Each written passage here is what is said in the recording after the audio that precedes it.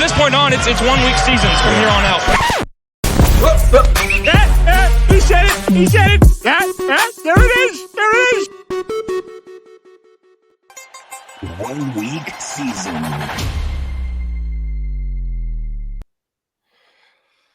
Ladies and gentlemen, boys and girls, it is week 17 of the NFL season. I can't believe it's week 17 already. We are here with one of the hardest working men in fantasy, Mr. Hilow. Mark, how was your Christmas? It was great, man. It was long. We had 6 Christmases planned. We made it through 5 of them, and then yesterday the whole blueberry couch incident with my son. He woke up with a really bad fever yesterday, and ended up just throwing up the once, but it was a pretty gnarly one. But we are doing better today. We got the edge games all done. I'll forget the DFS plus interpretations out today, get my Oracle answers in, and then get the end around done, and then we're home free. Oh yeah, and the Slate podcast at the end of the week. Yeah. So yeah, it's chill, dude. It's chill. So, well, we got the Cards and Falcons. Everybody's talking about, Gabe, the Lions and Bears. We got the Jags and Texans, Colts and Giants, Saints and Eagles, and Browns and Commanders. A few of these games we're going to talk about a little bit more than others just because of the position and the implied totals and things that are going on with them. And for the rest of it, you're going to have to turn in to this, to OWS for it. We have about 45 minutes here, so we're going to try to get through them. We're going to start off with the Cards and Falcons, the Kyler-less Cards, the Desmond Ritter-led Falcons. What are your thoughts here? And I'll tell you, one of the things that I was able to grab real quick when we started, Prize Picks messed up the line on Tyler Algier. When they released it, his line is 76.5. They dropped it at 60.5. So I rushed real quick, and hopefully the couple things I put it with works out. But, that was one we think they missed there, and we know they've been using him. He's really come on here. Give us an overview of this game for us real quick at the whole whopping 42-point total. Yeah, although this game has very few paths to actually really, really taking off, because we know who the Cards are. They're the short area spread offense, but they're really just horizontally spread. We kind of know what the Falcons are. They're just going to run the ball. They're going to take it easy with their rookie quarterback. All these things that we've seen. While that is the case, while it's unlikely to the game environment itself take off, there are some spots in this one that are highly, highly concentrated that we can take advantage of. I mean, James Conner has been playing 95 to 98% of the offensive snaps over the last 4 weeks. So that's I'm a James Conner fan right now after literally putting me on his back with that last catch and getting one of my teams to the finals at underdog. Yeah, so he is somebody to pay attention to. He's priced at only 7.2 on DK. He's seeing every single offensive snap for this team. And so a game against the Falcons, who are just kind of not good at anything on defense, they're just kind of there. They're kind of bottom half of the league in DVOA against the run, bottom half of the league DVOA against the pass, bottom half of the league in points allowed per game. So although they play slow and we shouldn't expect the game environment to take off, James Conner, and then in particular also Drake. Greg Dortch. Oh, Greg Dortch. Okay. Greg Dortch on the Cardinals are the two pieces where we can expect volume to flow in this game. And that's what's going to be important because of the fact that there's so few paths to the game environment itself taking off. The places where we can actually project volume, there is some upside because of how poor each of these teams is on defense. You look at the slot wide receiver role, we kind of know its importance in a Cliff Kingsbury offense. Well, then look at the splits of Greg Dortch when both when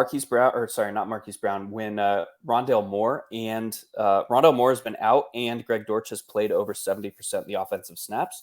That's happened 5 times this season, and you see the splits.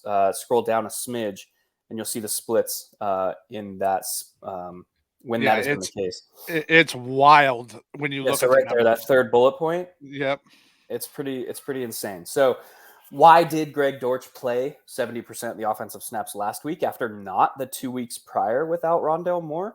Well, I think that the team is just done with this Robbie Anderson, AJ Green experiment. They're out of the playoffs. They're trying to figure out like what they have in their cheaper younger guys moving forward. So it's like, why would we play Robbie Anderson and AJ Green, who are these veteran, antiquated wide receivers that only play on the perimeter? And they both only do one thing. Like AJ Green runs 8 yards down the field and turns around on the sideline. I think Robbie Anderson stretches the field. That's just what they do.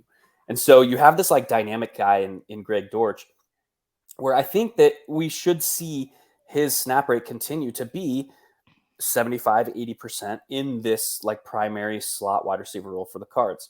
And if that's the case, like he's priced at bare ass minimum. So I have no qualms with pairing up Dortch and Connor as the two primary pieces on this Cardinals offense. You lower your cost exposure to Connor by doing that. Get both of them combined for 10.2 and just like eat the 32 combined touches between the two. So yeah, there's a lot to like there. You mentioned Tyler Algier. He's been playing basically over, I think, 6 out of the last 7 games, he's been at or out-snapped. So he's been even or out-snapped Cordero Patterson since CPAT came back from the injured reserve. Another case of this team has been eliminated from playoff contention. They're probably figuring out what they have with their cheap guys. They were running Algier and Caleb Huntley together when CPAT was out. Caleb Huntley is done for the year. So with CPAT back, his contract is interesting. He was signed to a 2-year deal, but they have an out after this season with only, I think, like a 3.2 mil cap hit, dead cap in that. So I'd have to go check that again, but I think that's what the numbers were. I know it's close to that. I remember looking at it within the last couple of weeks. Yeah, so Tyler Algier has been seeing some significant run for the Falcons, and the Cardinals' run defense is not good. So if Algier is going to see 20, 22, 24, maybe running back opportunities in this spot, again, high upside per cost there. And then the last piece is Drake London. Drake London, we talked about him before. He's just dominating this team in looks, in role, in everything. And they really don't have any other pass catchers. So I like all 4 of those pieces individually. I like as much as playing all 4 of them together because they're all cheap or cheaper than they should be relative to their upside here. So let's talk about London real quick, right? The Cards have done well at shutting down number 1 wide receivers this year overall. Not perfect, but have done well overall with it. Currently, London is coming in at the 3rd projected highest owned wide receiver. His price is great. It's still only $4,900 because he's on the Falcons. Can you make the argument that he is worth fading here if the Cardinals say, okay, we're just going to shut London down? You're going to have to beat us with Zacchaeus and whoever else you want to throw at us. We're going to double him. We're going to have a safety over him. If you hit him, you're hitting him for 5-yard outs. We're not going to let you beat us with London this week. And, if he doesn't get you to that 20, 25 point range, was he worth that price at that ownership? I think there's a couple of things in the background of that exploration, I think. The first is the Cardinals were nails against wide receiver ones with Byron Murphy and Budda Baker, who are each out for the rest of the season. Budda Baker was their only Pro Bowler on the defensive side of the ball. Byron Murphy has been, those two have combined to be pretty much the reason that the Cardinals have been nails against wide receiver ones. So the fact that they're both out does wonders for Drake London. I did not know. I haven't looked at ownership, so it's interesting that London is expected to carry that high of ownership because this game is interesting from the sense that there might not be a ton of touchdowns to go around. So at that ownership, he's going to need the double-digit looks that he has averaged over the last 2 games with Desmond Ridder, but he's going to need that in order to return value. So that's something to work through, something to keep in mind. He's not this he's not this high per touch upside or per target efficiency guy. He's kind of just like he's always open for his quarterback, and he's seeing a ton of volume. So there's a lot to think about with that. It was seeing the ownership when he came. If he comes in if I see him at 8% right now, I really like to play. But when I see him coming in at close to 15% early Friday morning and being the third most owned wide receiver on the slate currently at DK, that might get me to look somewhere else. Yeah, and you have to also think about how people are playing him. He's most likely to be utilized in a one-off or in a correlated pairing. Nobody's going to be playing like him paired with Tyler Algier, or nobody's going to be pairing him with like James Conner and Greg Dortch as the correlated bringback. So there's ways to attack it still, because the value is great, and with the field being so sharp at identifying value in today's DFS game, there's some merit to finding unique ways to play him for sure. Well, let's move on to what is currently everybody's most talked about game. It has the most ownership out of the gate. Looking at everything, we have the Bears at the Lions. Crazy to think in week 17 of the NFL that the Lions are projected as the highest scoring team. It's been a wild, wild week. I want to start with this side because you had an interesting write-up here. But let's talk about the game earlier in the year. Earlier in the year, while it was 31-30, the Lions didn't throw the ball a ton. They just ran down their throat, right? Ran 35 times for 258 yards. Goff only had to throw the ball 24 times. And while the Lions have definitely come on and are definitely funneling the ball differently, as you look at this game, one of the things that stood out to me with that is the Bears have only allowed over 30 pass attempts one time this season, and that was to that early season game against Green Bay with Rodgers at 36. Other than that, there hasn't been a quarterback to have over 30 attempts against the Bears yet this season.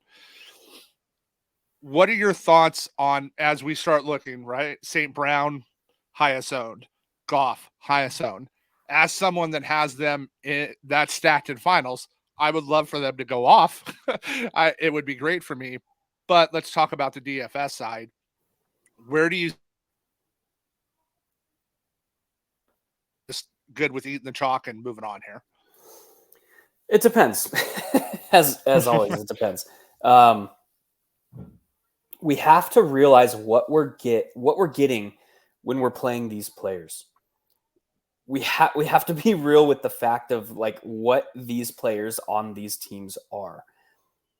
On one hand, the Lions have transitioned their identity a little bit to be this in the trenches team on defense and this more aerially aggressive offense through the air on the other side of the ball. How does that match up with the Bears? The Bears do not blitz. They play this varied defensive alignment defense where they're using the season to try and figure out what works on both sides of the ball. And that doesn't spare the defense. They've been all over the world with respect to their defensive alignments. They had a game this season with 8% man coverage, and they have a game with 50% man coverage. So they're being dynamic, and I think that's another testament to their analytics department that they stood up this year. But they're being dynamic in how they're approaching games. On offense, they just don't have the pieces to like be as dynamic like through the air. They're going to take shots downfield. They're going to run the football. That's just what they do. The interesting part of that is the Lions seed or force or allow the deepest ADOT in the league this year. So while the Bears want to run the football and throw deep, one of those weaknesses of the Lions defense recently has been the deep ball. And if they are unable to contain Justin Fields because they run so much man coverage and they blitz so much, then this game could really open up. But this game is going to have to open up from the Bears, which is something that we've talked about before in this space. Just the way that the Bears are built, they're going to give up points defensively because they just don't have the personnel. They just don't have an NFL caliber like personnel grouping along the 11 members of their defense. So they're just going to give up points. It doesn't really matter what alignments they play or what they can do some cool things to try and slow opponents down a bit, but they're going to give up points. And when they give up points, their ultimate game environments are basically dictated by what they can do on offense. And it typically has to be coming through splash plays because the Bears run so few offensive plays from scrimmage. You mentioned the fact that teams just don't have to pass on them very much because they're able to run the football. So this game environment, while like it appears, it is the top game environment on the slate, but we have to realize what we're getting by playing these players. Is Amon-Ra St. Brown at the highest ownership on the slate guaranteed to like put up a GPP score that you had to have? Probably not. He's probably going to see 9 to 11, 9 to 12 targets, but those are going to be the short area stuff. Can he put up 100 and a touchdown on that to return 3.5x? Probably. Yeah, that's definitely within his range of outcomes. Can he put up 102 and put up 4x his current salary? Yeah, of course. But those are probably less likely than the field is giving credit for. Can he also go down at the 1 to 3 yard line? He loves, dude, his favorite thing in the whole world is getting tackled at the 1. right? Yeah. It's what he's done. And can you turn around and see Jamal, who's been practicing this week, and they've shown they don't want to use Swift, right? Jamal turn around and get 3 TDs again.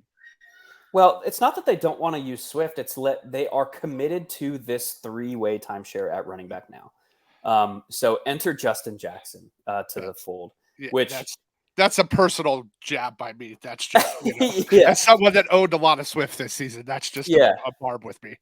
Yeah, so they're going to, like, in a perfect world, their running back splits would probably be 34, 35, and 33%. Like, just like they'll run like one snap from 21 personnel and give all of those 3 guys equal share. It's like Jamal Williams is the goal line back, the primary early down back.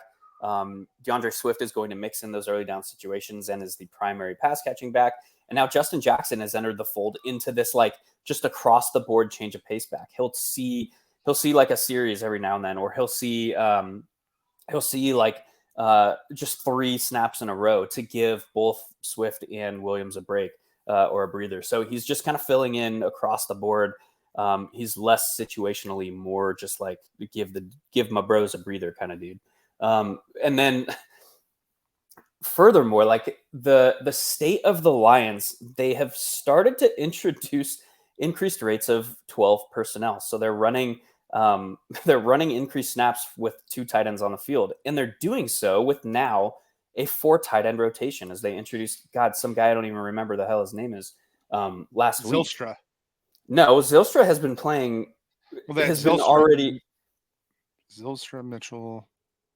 Yeah, Zylstra has been already mixing in, and they introduced another bruh who saw his first snaps of the season last week. It's Garrett Griffin. Oh, Griffin. Yep. Yeah. So I remember saying I know depth charts pretty well, and I didn't know who that was. Yeah, same. It was like it was the first week he was active all season. So they have Brock Wright, who's the primary pass blocker. They have Shane Zylstra and James Mitchell, who are now working in together. Zylstra is more of an all-around tight end. James Mitchell is basically purely a pass-catching tight end. And then Garrett Griffin, who the fuck knows what he is. But they're running these like 4 tight end rotation now that TJ Hawkinson is gone. And they're doing so by increasing their 12 personnel. What that's done over the past 2 weeks is Amon-Ra St. Brown's snap rates are down from 95, 97% to 83, 84%.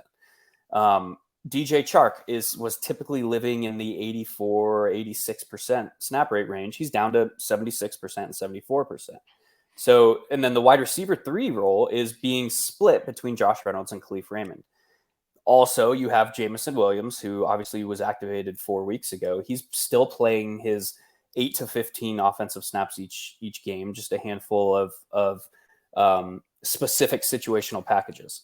So it isn't even the same like team from a personnel standpoint as when these teams last played. So there's a lot going on. There's a lot to work through. These are different offenses playing different football than the last time they played. But that does not negate the fact that both defenses are absolutely atrocious, and both offenses have the pieces to generate these splash plays. So one last question on this game, and then we're going to move on.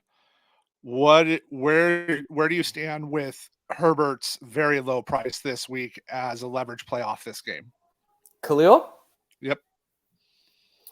He returned to a similar role to what he left behind before he went to injured reserve. He was playing 40 to 45% of the offensive snaps before he got dinged up, and he returned to a 41% snap rate. So he's min-priced. He's likely going to see 8 to 12 running back opportunities. If you think that is viable on a 13-game slate, by all means. I personally don't. It's just so much has to go. He has to have a Taysom Hill game, basically, where Taysom scored 3 touchdowns on 9 rush attempts against the Seahawks. I've seen it touted a bunch on Twitter this week that he's the leverage play off this game. So I wanted to ask you, even though I knew that was what your answer was going to be. Yeah, that's my answer. But I wanted the listeners to be able to hear how it was. It's a 13-game slate. If you want to get cute with a bare minimum guy who's going to see 8 to 12 touches, it's probably suboptimal. We have to be a little bit more leaning into variance on such a large slate.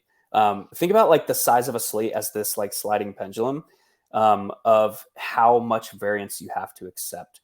Super, super heavy on a single game slate like Showdown, where you have to be closer to optimal to win, if not the optimal lineup to win. A 3-game slate, something like that, or from a 3-game slate to a 10-game slate, it's this like I can have a little bit more leeway because I don't need to be as close to optimal, but I also don't. There isn't as many opportunities for players to hit like 95 to 99% outcomes. Typically, what we're looking for, or what personally I'm looking for in small field single entry 3 max, is I want players that have a better than perception chance at like an 80% outcome, which is like they can do this at a more semi-regular frequency than the field is thinking. And that's one way of generating leverage. On a 13-game slate, there's simply more opportunities for players to hit 95 to 99% outcomes, which is like super, super ceiling, like career game. It's never going to happen again in their career. There's more opportunities for that to happen. So we have to increase our variance and our exposure to those potentials on a 13-game slate. So a 4K running back that is going to see 8 to 12 running back opportunities is basically shooting yourself in the foot. You have zero chance. Zero. Well, let's talk about, speaking of opportunity, the Jags have an opportunity to win out here. The South is wild. We love it. I happen to have some Jaguar Lion stacks together that made it through. So I'm a big fan of this game as well. Ownership initial projection coming in where I expected it to see. We are seeing the Lawrence, ETN, Kirk, Zay Jones ownership up towards the top. Mm-hmm. How are you going to approach this? The Texans have played very different the last few weeks. The Jags have obviously put it together as they're starting to get it on. Do you see the ceiling opportunities we just discussed in this game? The ceiling is there, albeit with a wider range of outcomes, because there are a lot of unknowns with the Jaguars. How long are their starters going to play? We know Doug Peterson has said, we know what he's said to the media this week. He's like, every game matters. I'm going to play all my starters. What happens, God forbid, one of their offensive linemen goes down early? What happens, God forbid, they get Christian Kirk dinged up? So there's a lot that can go on in this game. Which basically amounts to a meaningless game. You look at the Jaguars have a 6% chance of making the playoffs with a loss in week 18. With a win in week 18, it's 100%. So how do we expect Doug Peterson to handle this game from a game planning, game management, personnel management perspective? I don't know. We know what he said. We know that he said, like, I want to win every game that we play. We also know that he was pretty much pissed off at Philadelphia ownership for forcing him to rest players in week 17 now, 4 or 5 years ago when the Eagles made their Super Bowl run. So there's a lot of nuance, a lot going on here. The ceiling is undeniable. Like the ceiling is absolutely undeniable. There's two players in particular from the Jaguars that I think carry the highest ceiling in this game. It's Travis Etienne and it's Zay Jones. Zay Jones is kind of the zone beater for this Jaguars team this season. His numbers are against zone versus against man are about even, whereas the numbers for zone against man for Christian Kirk and Evan Ingram, you can throw Marvin Jones in there, but he's kind of the ghost in this offense now. The numbers for those other two guys, Kirk and Evan Ingram, are far, far better against man than they are against zone this season. So Zay Jones is kind of the guy that is able to, the veteran presence that's able to find those holes in zone coverage, and he's being utilized as such. I mean, he had that 3 touchdown game that he had all those 3 touchdowns came against zone coverage, which is kind of where he makes his bread and butter for this team this season. Travis Etienne is high upside. He is closer to a yardage and touchdown back with, seeing a standard influx of like 3 to 4 targets per game. So that is like floor boosting volume through the air as opposed to like ceiling generating volume. Whereas like Saquon Barkley, we've shit on him all season. Now he's seeing like ceiling generating volume through the air. It's been wild, actually. Yeah. I wish we would have saw that earlier in the season. It would have helped me a little more season long. Yeah. He went from like that same like 3 to 4 is his standard range of outcomes for targets to 18 over the last 2 games.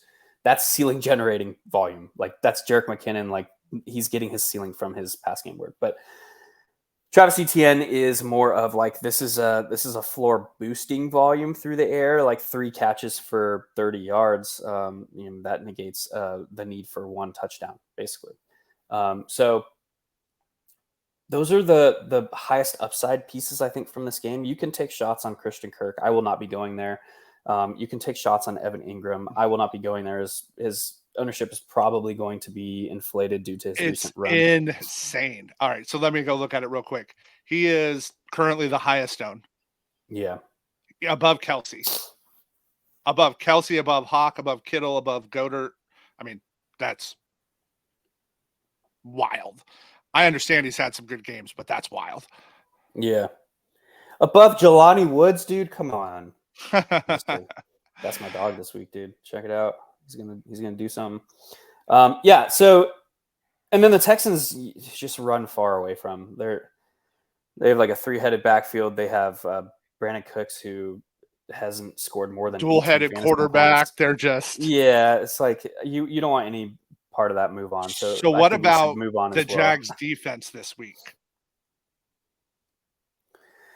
You want a defense that is going to be living in the backfield, and you want the defense that is going to have more opportunities to generate turnover, sacks, touchdowns via a high pass rate on the opposition. So not too interested in them currently. They're probably more of a like middle of the road, maybe get 3 or 4 sacks and a turnover or 2. So I don't know. The upside doesn't seem to be fully there for me. Interesting. It'll be interesting to see where they land as people start to say, well, the Browns put up 30 and they look at some of the past scores. I could see them getting steamed a little bit.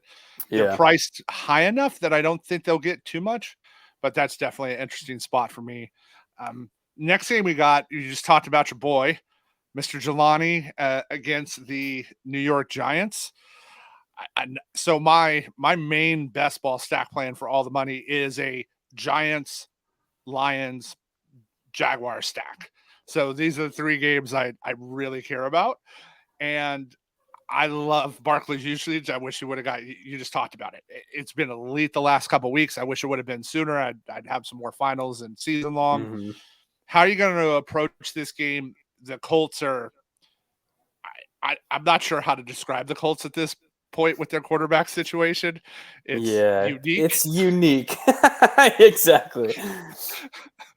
Yeah. The Colts have God bless their souls. They have tried everything, but they started with Matt Ryan. They tried Sam Ellinger. They fired their coach. They went back to Matt Ryan, and now they're at BDN. So we'll see how this goes. Nick Foles looked absolutely atrocious last week. The team managed 3 offensive points. Foles had the 3 picks, and he looked completely like the fairy dust had run out. Like his contract with the devil, that he sold his soul for the Super Bowl run, has expired for sure. It looked like he hadn't started a game in over 2 years. Yeah, it was weird how that happens. And he is a statuesque pocket passer at this point in his career. So the fact that the Colts offensive line has not been great recently with pass protection is not a good sign, particularly against the high blitz rates of a Wink Martindale defense. So we'll see how that goes. It's probably not going to end very pretty.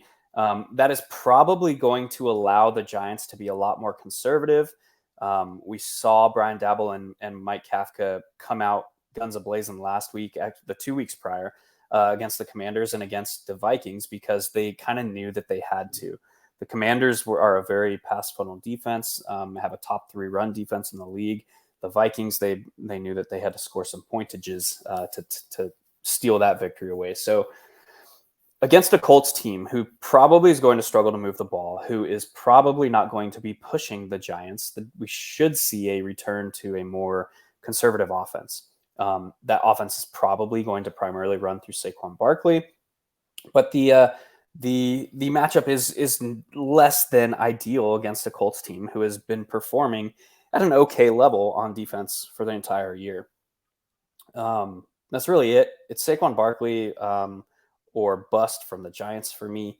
On the Colts side, it depends on the status of Kylen Granson, because we've seen Jelani Woods, although he's performed extremely well with Kylen Granson out of the lineup, this team is still very much like, when Kylen Granson is healthy, he's going to be our primary guy because he's a much more complete all-around tight end. He can get in the trenches, pass block, he can run block, he can go out on routes. Jelani Woods is an athletic freak, 7 foot 18 inches. No, I'm just kidding. He's a tall dude, and he's fast. He's 6'7". He's 6'7" and he's fast AF. He's the like. Imagine seeing a 6'7" guy running a sub 5 second 40 at you. Like, imagine that. He's a big dude, and he's in a route at a high rate when Kylen Granson is out of the lineup. So we can expect the Colts to be playing from behind. We can expect that they're going to probably utilize increased rates 12 personnel. If Kylen Granson is out, I like Jelani Woods a lot this week as only 2.8 in salary. So yeah, that's really it for me from that game. And he's going to have zero ownership. Nobody's going to play him. It's a unique way to leverage this game. I like that spot there. That could be a really interesting call. Well, let's go on to the Saints at the Eagles. And I'll lead with the question and let you take it from there. Is Miles Sanders back this week versus this Saints run D? Well, first of all, he has to play. So I'm not sure if you're asking, is he back as in is the fantasy production going to be there, or is he actually does he play? Is he going to? Yeah. Because he's getting a ton of ownership already. And we're like, do they rest him? What's the point of putting the wear and the tear on him right now? Yeah. So the only thing that is probably chilling in the back of the Eagles are an organization where the ownership is a little bit more nails in what's going on than in other places around the league. They're not on like Dallas's level with Jera, but the ownership has a little bit more involvement in Philadelphia. Sorry, I'm thinking about Zeke's 19 rushes for 37 yards last night. That was such a Zeke line, but he scored. He scored for the 9th straight game, so he's the savior of fucking fantasy football. No, the dude sucks. Anyway, whatever. We digress. It's interesting. So the Eagles, they lost last week with Gardner Minshew against the Cowboys. The Cowboys just got a win on Thursday night, meaning that the Cowboys still have an outside chance of being the top overall seed in the NFC. The only other team that has a chance is the San Francisco 49ers. So those two teams, if they win out and the Eagles lose out, could theoretically still be the top seed in the NFC. That's probably making whatever piece of the ownership is that has an aneurysm over these things, probably digging in their claws into the happenings a little bit more than in other spots in the league. We've seen that their team has said, and they're trying to rush back Jalen Hurts. Miles Sanders is banged up with a knee injury, and he is probably going to play, I would think, because the Eagles want to win this game. They win this game, they lock up the 1 seed, and then they can rest players. I would expect that's how they're going to view this game. They're like, let's just get it done now. We'll rest next week, and let's lock up our bye. We lock up our bye this week. We get 2 weeks of rest before we play our next meaningful game. So that's probably, if I had to guess, what we're going to see out of the Eagles. So I would think that Jalen Hurts plays. I would think that Miles Sanders plays. And I would think that we see a standard offensive game plan from the Eagles. What is that offensive game plan going to look like? It's probably going to involve a little bit more passing, if I had to guess. The reason for that is the Saints have not changed their defensive alignment usage. They have not changed their defense at all. And they have had like a gamut. They've run the gamut. They've run the table in injuries along their secondary. So the fact that they continue to like just provide the blueprint for how they're going to play defense to their opponents, it just gives their opponents a study sheet to just look off and cheat off of. And they have like the Spark Notes version of their defense. Then they basically hand it to their opposition via film every single week. So the most interesting aspect of this matchup to me is the fact that the Eagles have 3 pass catchers that are ranked in the top 15 in PFF grades against man coverage. And the Saints are going to just run man coverage at 30 to 35% every single week, and they're just going to play the same base defense. That's just what they have done this season. So the fact that A.J. Brown is the top overall graded player, pass catcher against man coverage this season by PFF, Devontae Smith is in the top 12, and Dallas Goedert is 15th. They all smoke man coverages. Like, you do not want to man up these bros. It's just not a good idea. So we're probably going to see, it's difficult to say where or if any pass game, volume will concentrate on any one of those 3 guys, but it's likely going to be one of them. We just don't really have a very good idea of which one it's going to be, which makes it a little bit more difficult to play them, which has affected their ownership. This is also an Eagles team that is expected to score 24 plus real-world points, and there's going to be some touchdowns scored. So I lean towards those 3 pass catchers, as I mentioned, as opposed to Miles Sanders. I want to be playing Miles Sanders at low ownership when nobody's on him, because he needs 100 yards and 2 touchdowns in order to provide a GPP-worthy score at his current price. And if I'm not in the business of betting on a 2-touchdown game, like look at Derrick Henry from last week. The field was so certain that he was going to run for 200 yards and 2 touchdowns that it reflected in his ownership. It's like, well, that's a very, very hard thing to do in the NFL. Like, yes, he's Derrick Henry, but like the example I gave was, what if he just puts up 150 yards and 1 touchdown? He ended up going for 126 and 1 and didn't win anybody anything, basically. So it's a hard thing to do to rush for 100 yards and score 2 touchdowns in the NFL. One of the things I like with that is AJ's under 8,000 this week. AJ's only 7,900. Smith's still at his 7,100. And if they're going to come in sub 5% ownership on a 13-game slate, if they do the same thing they've been doing, if you get a Hurts, double stack with them. We'll leave Dallas out of it for a second. And he keeps going to them, and you get Smith for 130 and a touchdown or two, and you get you get AJ for 170 and a touchdown or two, and you have that with Hurts, the leverage you're going to have on the field this week in a 13-game slate is massive, absolutely massive. Bigly massive.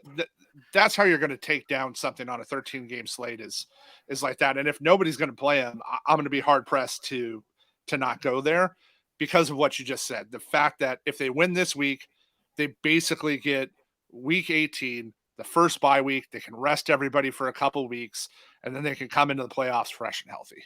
Mm-hmm. Well, let's talk about our last game. Last thing before we continue is the one thing the Saints have been good at is defending the tight end. So that's interesting. They've allowed the fewest fantasy points per game to opposing tight ends. So that's at least an interesting potential funnel. It's why I didn't bring up Dallas there. Mm. So it's for me. I like the Jalen double stacks. Right now, my initial my notes. When I saw ownership was okay. I'm going here again. I'm going to eat the salary and make it up at some other spots. So it'll be interesting to see. And we get what is a weird game we're going to finish up the slate with is the Browns at Washington. This is, I don't even know how to describe this game. It's like this game to me is like when you're opening all your Christmas presents, and I'll refer to Christmas, and you open it up and you got like some socks, and that's great. You needed some socks for the year, but it's not really a present, but they're socks. Like you needed them, they're there. It's part of it, but you're not really interested in what's going on. Oh God, sorry, excuse me. And this is a game where the Browns basically have nothing to play for outside of figuring out what the hell they got themselves into with Deshaun Watson, who has been the worst graded passer since he's been the worst graded passer since he took over, which would also be the worst graded passer or if extrapolated over the entire season. He's been the worst quarterback in the NFL by far. Like he didn't play 2 seasons again. Yeah. So how's that going to affect the Browns' game plan? They're probably going to continue just running Nick Chubb and Kareem Hunt into what has amounted to a brick wall in Washington. Like they're a top 3 run defense this season. With Chase back even stronger. Yeah, they've slipped a little bit recently because of the injuries along the defensive line, but those guys are getting healthy. And like how are the Commanders likely to approach this game plan when they know, like, we have to put ourselves in Ron Rivera's shoes, or at least realize who Ron Rivera is. Ron Rivera is actually one of the better game planners in the league.